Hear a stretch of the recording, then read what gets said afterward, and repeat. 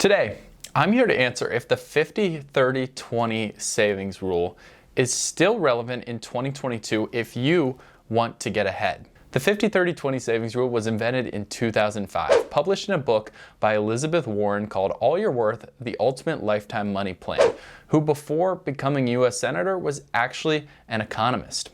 However, since 2005, a lot has changed. 2 dog-themed digital coins are more valuable than the biggest pizza chain in America. People spend more money on their virtual characters in the metaverse than they do on themselves. And this is the most popular video on the internet. So the market cap is $2.168 trillion. And now the market, oh, it went to zero. My point is, as you can see, times are changing, and what we took for granted in the past that worked may not necessarily hold true here and today in the world that we live in. So if you want to get ahead in 2022 with your money, you press the button and then the door folds up and out. I'll tell you why, using real-life examples, that the 50-30-20 budgeting rule just doesn't work anymore. But we won't stop there. I'll tell you the one thing to focus on and what to do to get ahead to make this work for you. Let's start in the same fundamental place with what the 50-30-20 rule is, so we can talk about how it needs to be fixed. The basic rule of thumb is to divide your monthly income after taxes are taken out into 3 basic categories. Let's use $2,000 as a post-tax monthly income as a reference point as we work through the 3 different categories. The 3 categories broken down by percents are 50% going into needs, 30% of your money going into wants, and 20% of your money going into savings. Needs are expenses that you can't live without.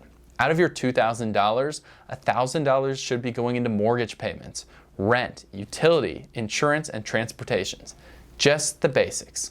Also in this category are minimum loan repayments and basic groceries. 30%, or in our example, $600 of your post-tax income can go to wants. This can be stuff that just makes your life better. We're talking hobbies, we're talking nice clothes, we're talking fancier food or meals out for you and your family. Anything that's a non-essential that you want to spend your hard-earned money on goes into this category. And finally, the remaining 20% of your money goes into savings. The most popular method recommended by financial advisors is to build up an emergency fund for yourself with 3 to 6 months of living expenses stored in there, and then use your savings to attack other interest payments that you have and reduce your debt.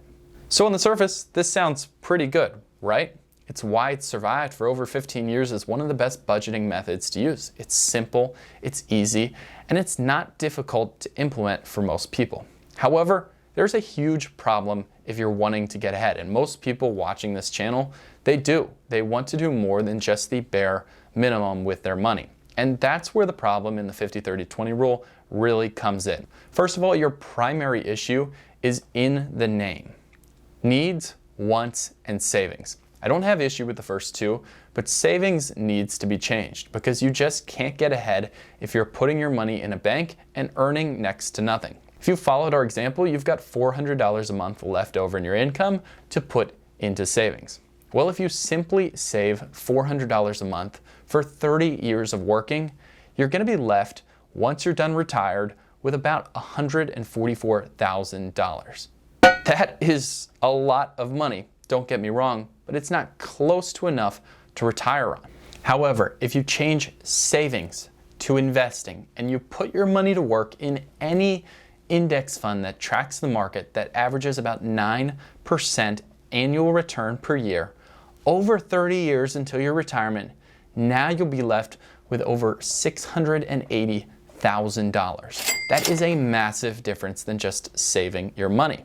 Now we're starting to cook, but even still, I'll tell you that this isn't enough. Unless you are a top earner in society, which most of us aren't, 20% and $680,000 is not going to be enough for most people over 30 years for retirement. We want to try to get ahead and still do more. So what changes do you need to make? There is good news. There are two options that are totally controllable that you can focus on to change this rule to get ahead. The two strategies are exact opposites. One focuses on reducing and the other focuses on growth. Let's talk about reduction first. 50-30-20. It focuses 80% of your money into needs and wants. That's an area that can be reduced. Let's look at needs. Experts recommend taking the biggest expenses in your daily life and focusing on those to make the biggest difference in how much money you're spending. For most people, that's going to be housing, utilities, and car. Transportation and where you live are probably the biggest adjustments that you can make to cut down money and therefore put away more and shift those percentages towards your benefit. It's also very achievable for most people to spend less than 30% of what they make on their wants. It's going to require discipline, but the long-term you will be able to have what you want rather than the short-term you being left to chance that you may not have enough left over at the end of the day. Let's talk about the second way and my personal favorite in terms of changing this formula, and that's a growth mindset. You need to find ways to increase your income. I'll tell you exactly how. The best three ways are focusing on advancement in your current profession. People say, I am the best boss. They go, God, we've never worked in a place like this before. You're hilarious. Changing jobs or starting a side hustle to make money. Developing new skills that increase your value at your job is a worthy long-term goal that will have long-term effects on your salary. You also may want to consider changing your job. According to studies, the national average is a 15% salary increase after one changes their job. If you don't want to change your jobs and you're not in a position where you're going to be able to advance right now at work, maybe one of the best things that you can do today is start that side hustle you've always wanted to.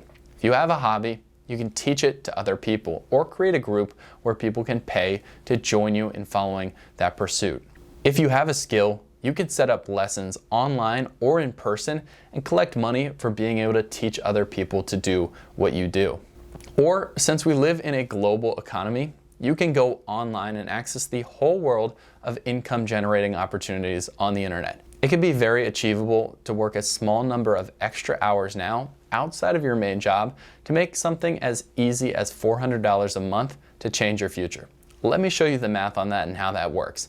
If we go back to the $400 a month you were already saving in the previous method, and you make an extra $400 a month through a side hustle, a hobby, or teaching someone a skill that you already know, your financial outlook will change completely.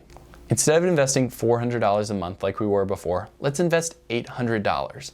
Again, 30 years into your retirement at a 9% interest rate, that results in an astounding almost $1.4 million built up for your financial future.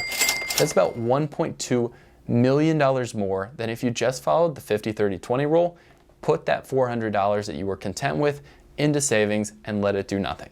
The best time to start anything was yesterday. So today, I hope you're motivated to use this rule, adjust it for 2022, and go on out there, budget your money, and get ahead. Thank you for watching, and check back on this channel for more financial tips.